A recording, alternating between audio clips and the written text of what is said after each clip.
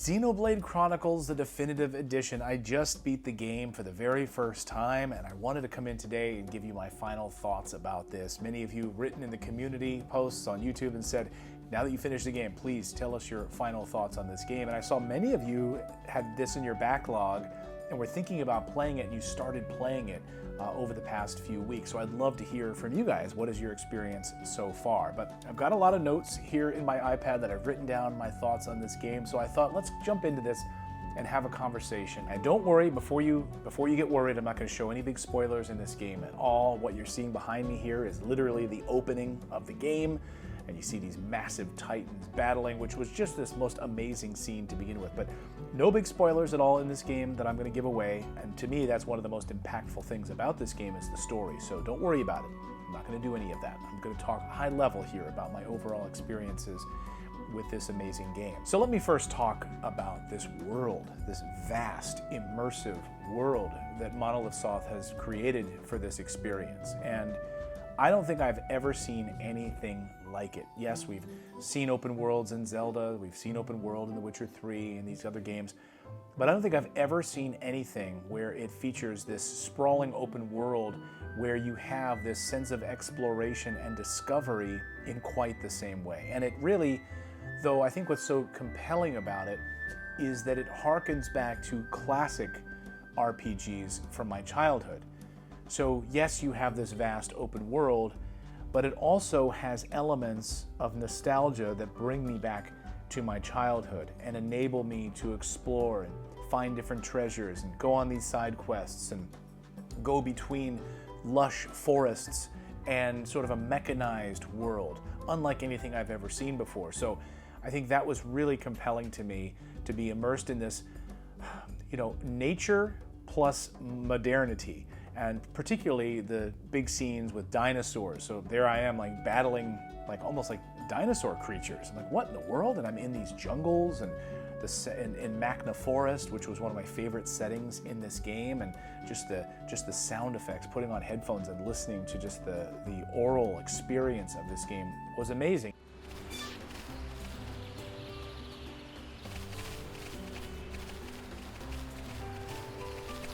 Then to go from that into a mechanized area where I'm battling Mechon, and it takes on an entirely different feeling.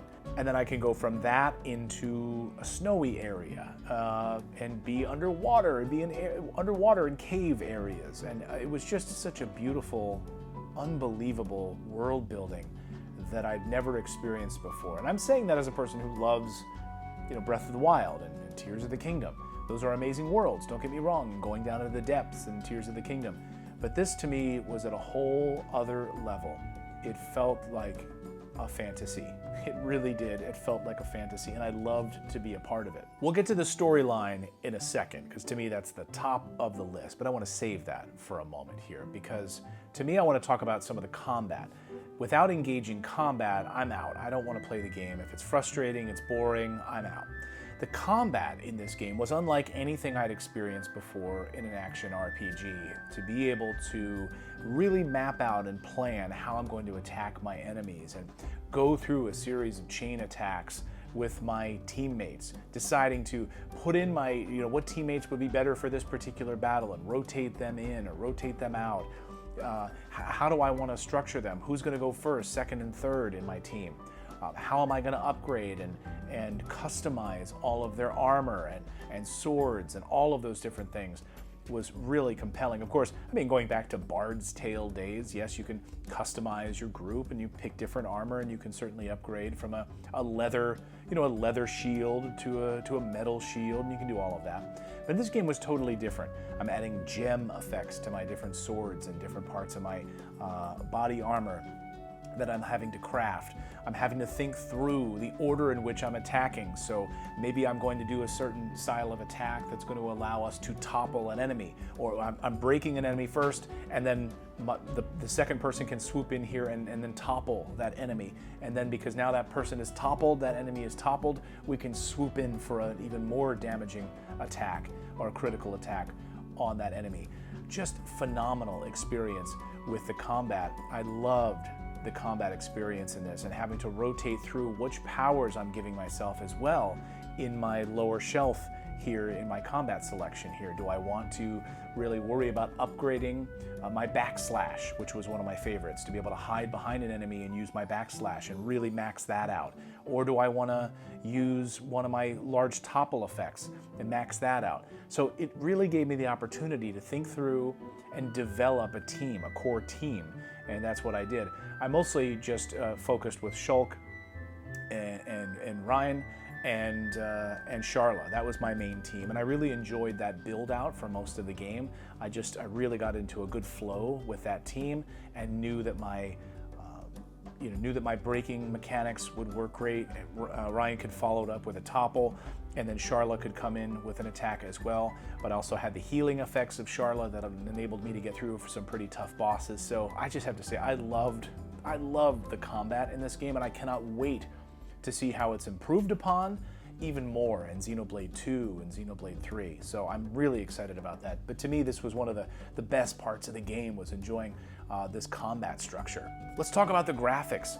I know some people thought, well, maybe it looks a little muddied and so forth. I didn't. For the first like 3 weeks or so of this game, I played it handheld mostly. I was traveling, so I took this game on the road with me when we were traveling, and so most of it I was playing on my OLED Switch. And I thought it looked beautiful. I thought the colors looked great. It was a great experience. But it wasn't until I got back and I was actually playing it here on my Nintendo Switch on my OLED television at home that I was blown away, because I had just arrived in Machna Forest, which is this beautiful, lush part of the game.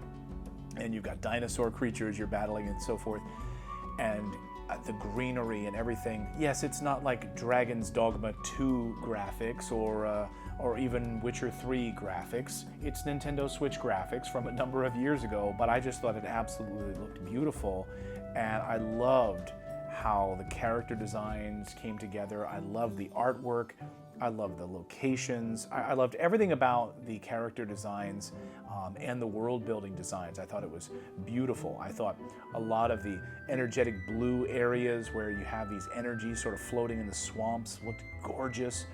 Some of it was just so dreamy and beautiful that I couldn't take my eyes off the screen. But I have to say, that moment that I put it on this screen after having traveled for like a few weeks playing the game handheld, it was like, whoa. I even said out loud, whoa. It was that beautiful. So beautiful settings is one thing, but you need great characters. And the character designs in this game are incredible and highly unique and enjoyable. I love the interplay between Ryan and Sharla, and back and forth between Shulk, building your affinity systems with all of these characters. Those affinity cutscenes are actually really touching. There was a lot of moments where, you walk up to a pair of paired hands that are clasped, and you can then see if you're available to unlock that affinity moment throughout the world. And there was plenty that I never got to, and there was plenty that I did get to, and there were really touching moments. I really feel like, unlike Fire Emblem Engage, some of that stuff was a little bothersome. These little cutscenes with the affinity moments were really touching, and I thought they added an incredible layer to the story that you wouldn't have had otherwise. Memories where Shulk and Ryan are standing on a hill, they're remembering their childhood and looking back at a battle they had when they were children, or when they were young. And do you remember when we were standing here 20 years ago, Ryan? And these real strong, impactful moments, in many ways, it brought me back to my childhood, thinking about the times in the forest when I would just run around with my friend, Ben and Jeb and Mike, and we would drive, all through the forest growing up in Pennsylvania and creating incredible memories as kids. So I could, just brought me back to that. So those experiences were amazing. But the character designs in this were amazing, from Dixon to Sharla to Ryan to Dunban. All of these people were really, really interesting. And of course, the enemies were really, really interesting as well. The enemy mechon and bad guys and the characters that went into a lot of those designs were really interesting. And highly engaging. And even the people in charge, the different kings and queens and so forth, were really compelling. I won't give away any more than that. Just want you to experience these characters. But I loved Dixon. I loved his outfit. I thought, my God, he reminds me of like a 1970s like rock star from like the Blue Oyster Cult or something like that, or America. Like I could picture him, playing like a horse with no name on guitar. Like that's what he looks like to me, and I absolutely love the characters in this game. Side quests. Okay, I know there's so many side quests in this game. I think there are over 500 side quests. I maybe got through like half of them, or maybe like 60% of them when I was counting them all up at the end. There's so many, and a lot of them are just simple fetch quests. So if there's any part of this game that's kind of a throwaway and not terribly exciting, as a lot of the side quests. And what I would do is unlock a lot of the side quests in a town ahead of time, and then you would go off and explore and do different just exploration, moving, advancing in the storyline. And then when you killed 2 or 3 different enemies, well, oh, okay, I just killed these 2 enemies. That was part of the side quest that I needed to complete an hour ago or 2 hours ago that I had already signed up for. Great, side quest complete at the bottom of the screen. Okay, great. Big deal. Most of them, of course, were just sort of fetching things and finding different enemies that you had to battle and go out and clear a path. You know, a farmer might say, hey, this particular bunnies are eating my crops. Can you go and battle those bunnies for me? Yeah, sure. You want to do that? Great. And a lot of these side quests give you minimal experience. A lot of them don't give you any experience points. Some of them, you know, they give you a little bit of gold here and there. Then, of course, there are some side quests, some pretty big ones, that do give you quite a bit of experience. So I sort of pick and choose which side quests you want to tackle in this game. But they were fun. There was a point when I just felt like doing a whole bunch of side quests one afternoon. Well, actually, a couple of afternoons, actually. And so I did enjoy some of them, and it was fun to kind of clear a whole area of side quests, and you notice the little blue dotted line on the screen, and you go off and do that. So not bad, but to me, the weakest part of this game, I would say, is the side quests. All right, I want to talk about the story, and I do want to talk about the music, because to me, they go hand in hand. I mean, the soundtrack is legendary, and it holds up. I would say this was one of the most beautiful soundtracks of any video game I've ever played, and that's saying a lot. And this is a soundtrack that I will come back to repeatedly. I'm probably going to use it in a lot of my videos going forward. I put it on while I'm doing work now in my office. It's absolutely beautiful, game changer of a soundtrack, and I hope people are paying attention to how impactful this soundtrack is, that we can include more of this style in future video games. I'm talking everything from just exploration to battle, hardcore rocking battle attacks with an incredible guitar, to the final battle where I felt like you're adding in this little piano flair in the final battle. I didn't hear this throughout the entire game.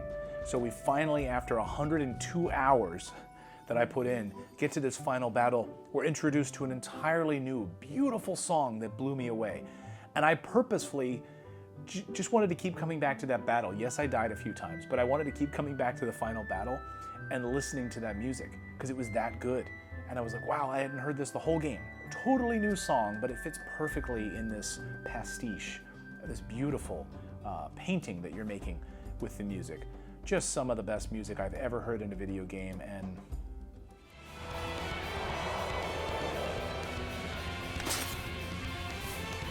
the sword is yours to wield. What was that light? The Monado does not control itself. You control it.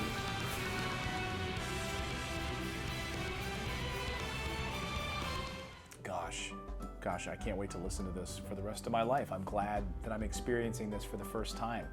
You ever feel like, I'm sure there's a lot of you out there who've played this game many, many years ago, and where you think you wish you could like erase a game from your brain so that you could go back and play it again for the first time. You know how I was with like playing Kid Icarus for the first time or Metroid for the first time back in the day. To have that experience, that's how I feel with this music. You know, being able to experience this for the first time. I'm sure many of you were like, oh my gosh, it takes me back, right? So I know I will be listening to this for the rest of my life. I'm so grateful and thankful for this amazing soundtrack. It is unbelievable, from legendary music creator and composer Yasunori Mitsuda. Just beautiful, beautiful. So thank you, Sensei, for making this amazing score. And I hope that, I don't know, because I'm not versed in Xenoblade 2 and 3 yet, whether or not he returns to do those other scores as well. I sure hope he does. I don't know anything about it, but I can't wait to experience it and see what he has in store for us in the future. But this is all to say, this is all tied together with the storyline here, which is, I mean, a mind-blowing storyline for me. One of the greatest stories I've ever experienced in a video game. I don't know how they pulled it off. And with the emotional impact that I had in this game, it reminded me actually of being a child and wanting to share certain stories, fiction stories that I was reading. I wanted to share them with my parents, you know, and I'm reading a book, and I remember going into my living room and just wanting to share these stories with my mom. I'm reading this book, I want to tell you about it. That's how I feel with this video game.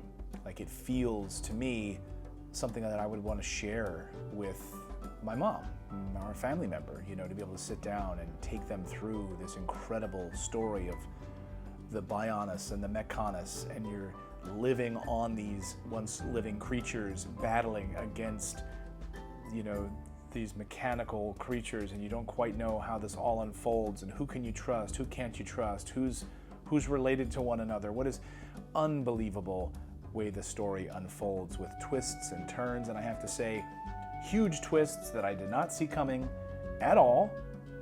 There's little hints of it at one point, and you're like, whoa, what's that about? Really? That's gonna happen? Something's fishy here. What's going on here? And it was just so compelling. I just wanted to keep seeing how this unfolded and where are we going with this? I'm having to kind of climb up this entire body. I'm in the kneecap of this once giant titan.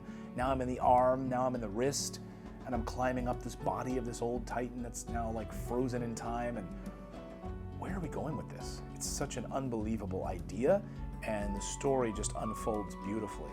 So again, I hope more developers are paying attention. Story is so important. And imagine if we had more compelling stories in some of our games. Stuff would really suck us in and keep us there. So, I mean, that's all to say.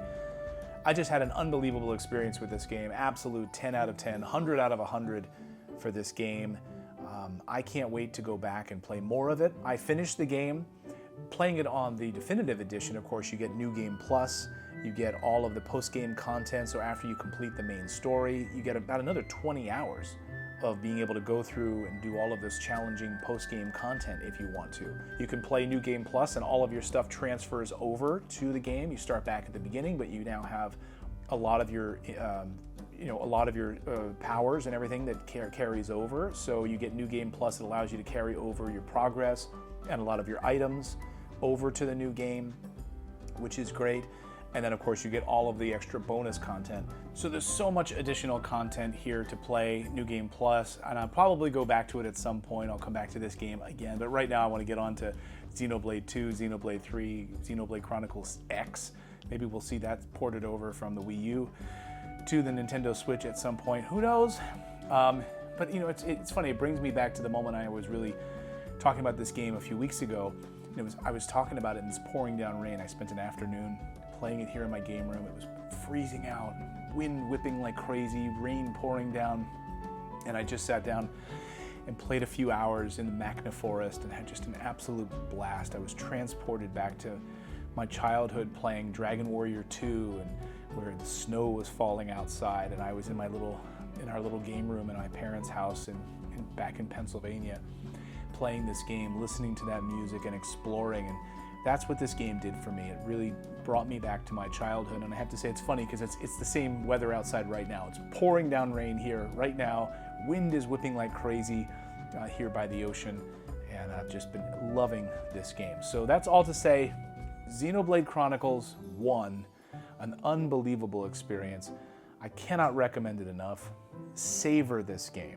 Buy it, play it, savor it, enjoy every moment of it.